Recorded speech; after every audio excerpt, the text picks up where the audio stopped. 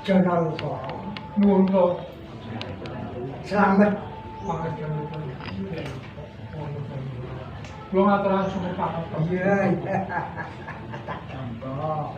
ketemu bali tampan sangat angel saya jimat kula jelek suntuk ana gunung kowe coba ana iki kula apa kowe kok ya melu-melu ngadeg dalammu rampung kok inggih pangestunipun Bapak pedamelan kula wonten sakwingkinging Bali Griya menika sampun sedaya sampun sawis trendina sampun rampung sawawetan iki sisih wetan sampun ora Mbah sampun kula waton ketingalipun sampun ketingal pripun nggih lemah-lemah ijo royo-royo kula kita mboten badhe nguciwani menawi Bapak badhe nitih prisa wonten sak sawah wonten pategilan mboten badhe ya mesti sing tak kejaba kowe nang kene iki ngecep ngelmu ning uga kowe takon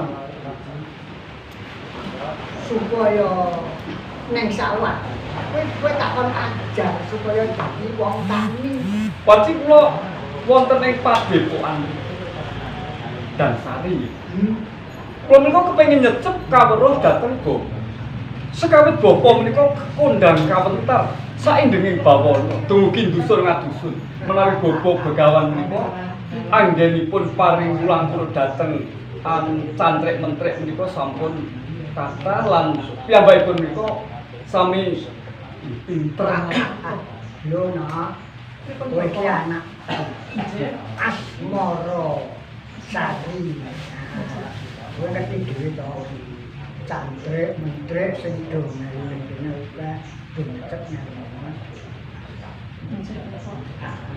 kowe anakku senajan jalan tok kowe yo kudu ngerti nah kanca-kancamu cincang itu kowe kudu kena dienggo paturagan lan ngaten Bapak kula menika adat sabenipun menika kula kok kepengin nyuwun prisa utawi tanglet dhateng Siti Sari inggih putranipun Bapak Asmara Inggih.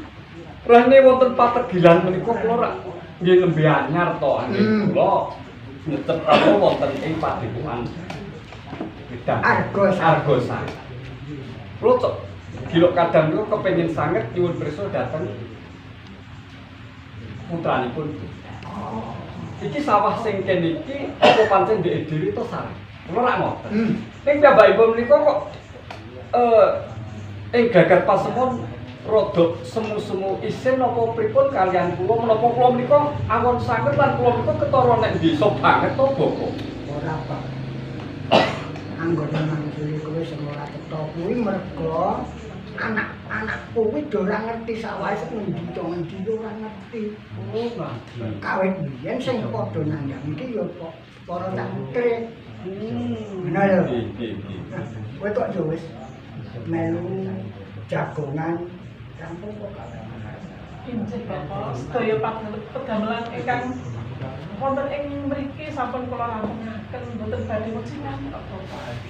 Aja ngantuk kuwi wong sing wis diturak dening para warga ing Argosari kene.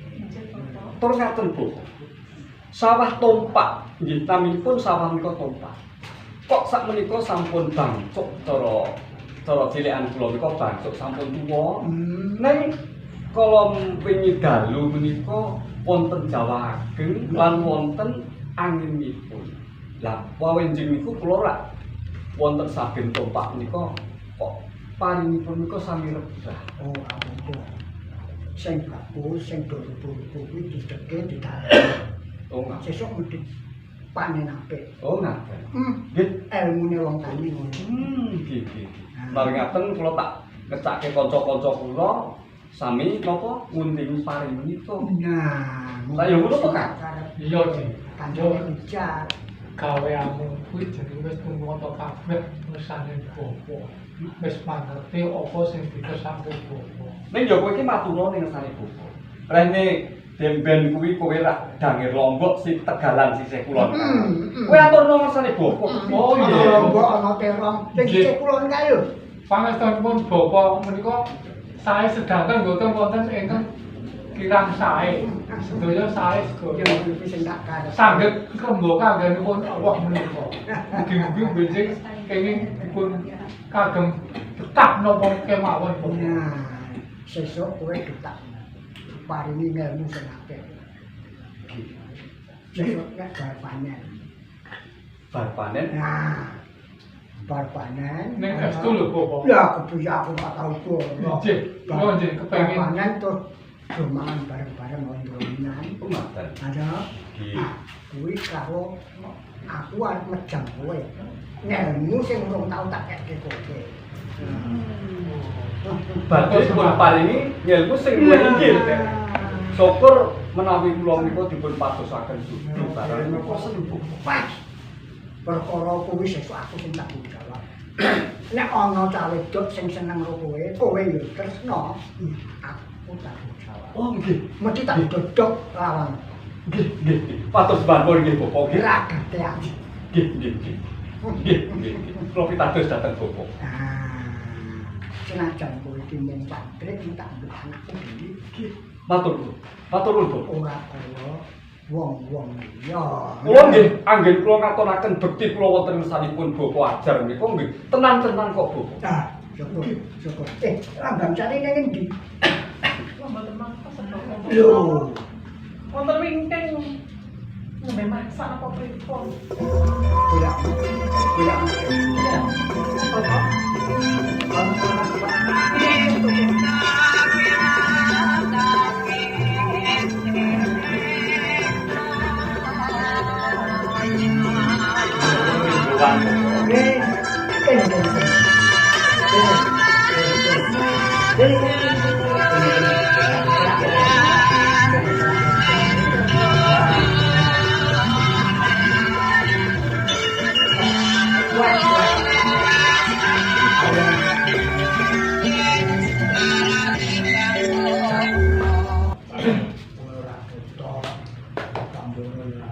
Nembe ngerampungake pedamelan wonten ing wingking.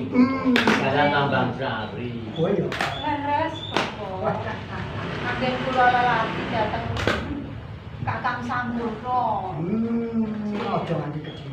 Leres, Bapak. Kejawi menika nggih menapa nggih nyumenakaken kehargaan panjenengan. Wah.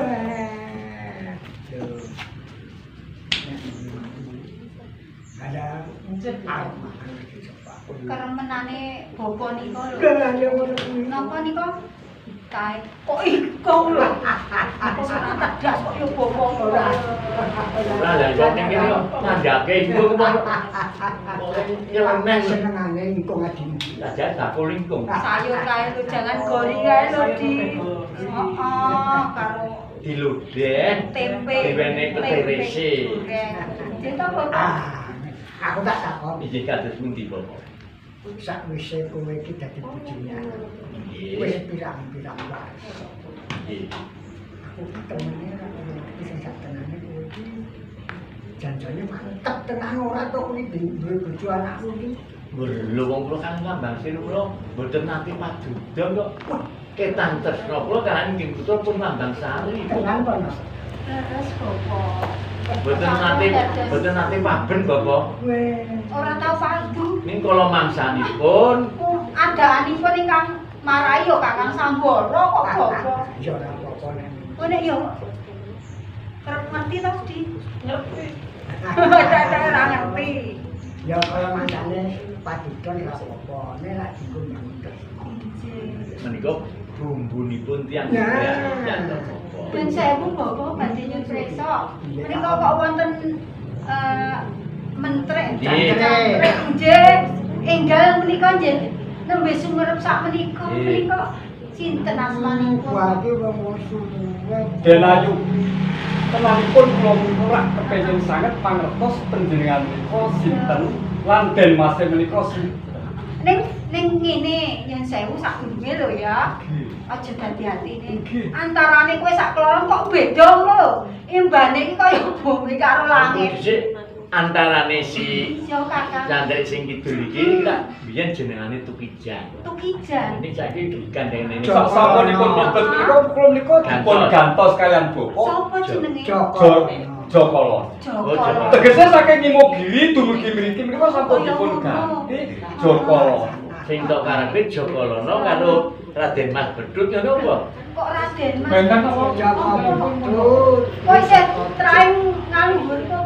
Maksudku karepku iki ra yo ngumbulke jenenge Raden Mas ra yo ngono lho aku. Dan Mas, kula menika wau lak kepengin tepangan. Rene kula menika cantik anyar wonten ing Padepokan. Iya. Sampean niku pawestri. Lah yo Pun Denayu.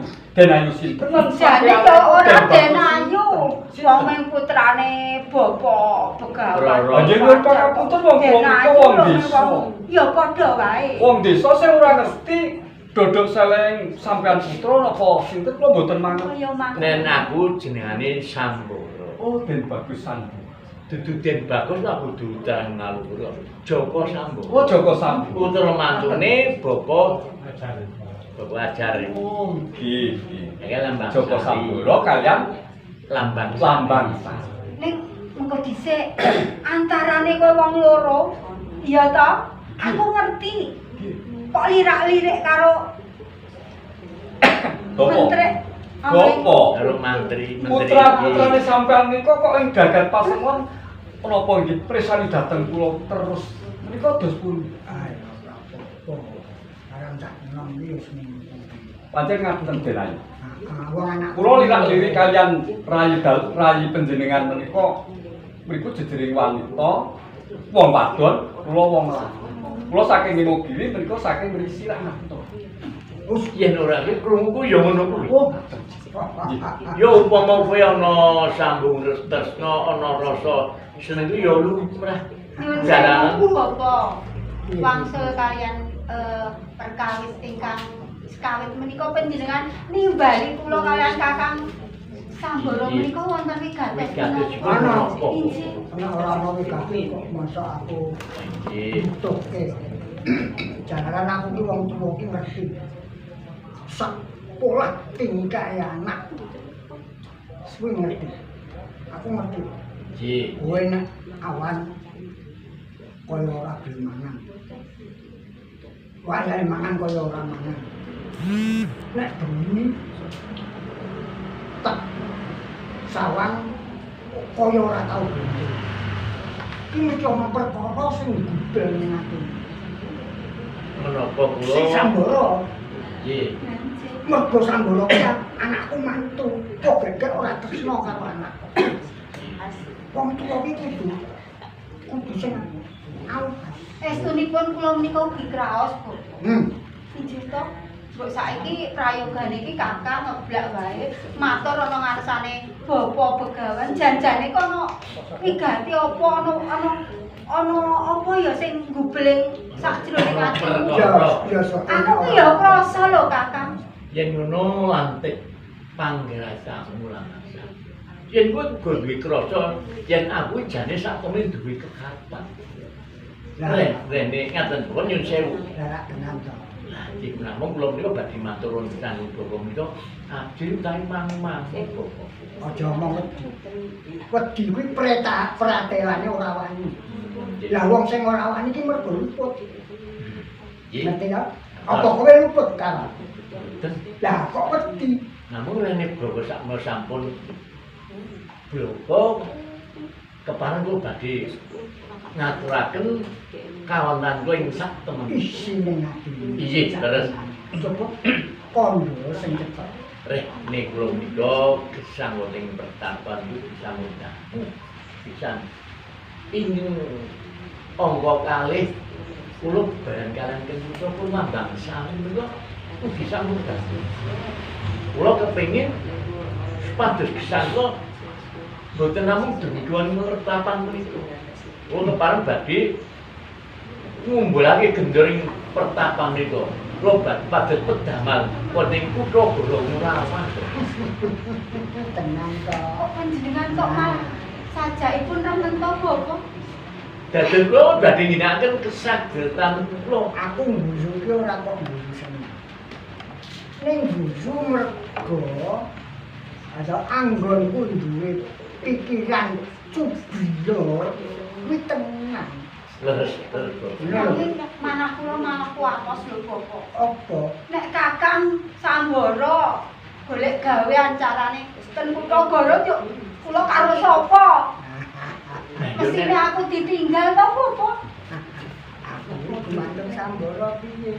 Kowe nang kowe arep gawean. Nggih, Oh. leres kula. Hmm. Lah mestinipun men sampun kula pikantuk pedang mesti pun nggih langsung kami Kabisanmu apa? Kula nggih ngene iki pun depangan Bapak pribadi kula cakaken Eh. kangge laku-labet negari Ngurawan Bapak. Ya, aku ngerti. Nek kowe kepengin golek gawean kuwi mergo kowe gedhe rasa tanggung jawabmu Leres. karo kula wong. Lah kowe tak kandhani. Kowe nek nang negara. Ada nek kowe iki ora cetha sing atok parane iki ngendi sapa Nggih, leres. ora bakalan oleh gawe. Lah sampeyan kula badhe nyuwun pirsa. Kula kedah jujur pundi Ah, Bapak. iki ngene.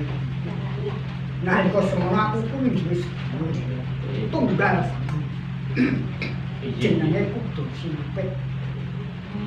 Kudu simpet kuwi saiki, wektu saiki. Nggih. Kuwi wis dadi mangka dalem ing kraton Ngurawan. Dadi priagung luhur nggih. Nah, mula kowe beneran nek kowe kepengin gawean. Kowe tumuju ana ing kepatihan.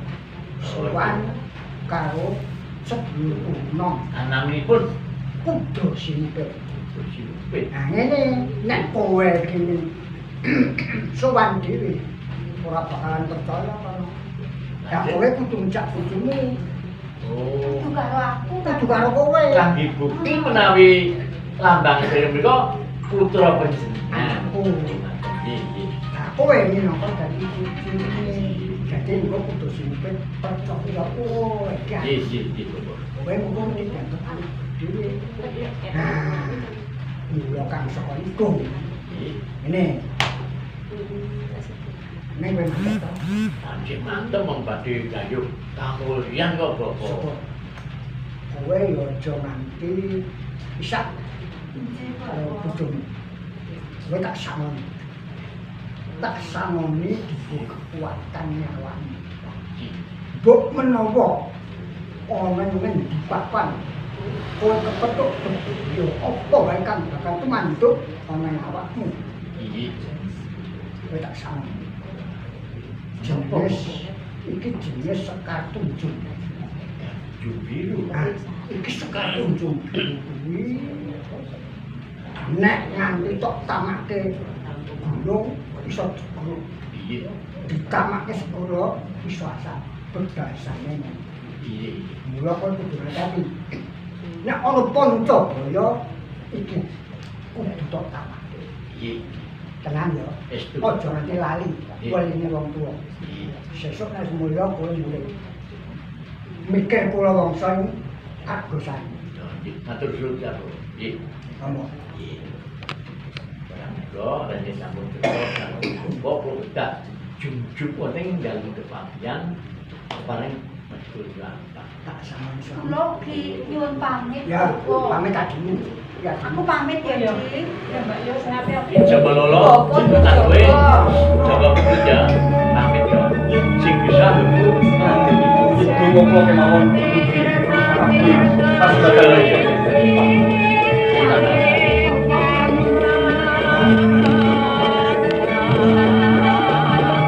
jadi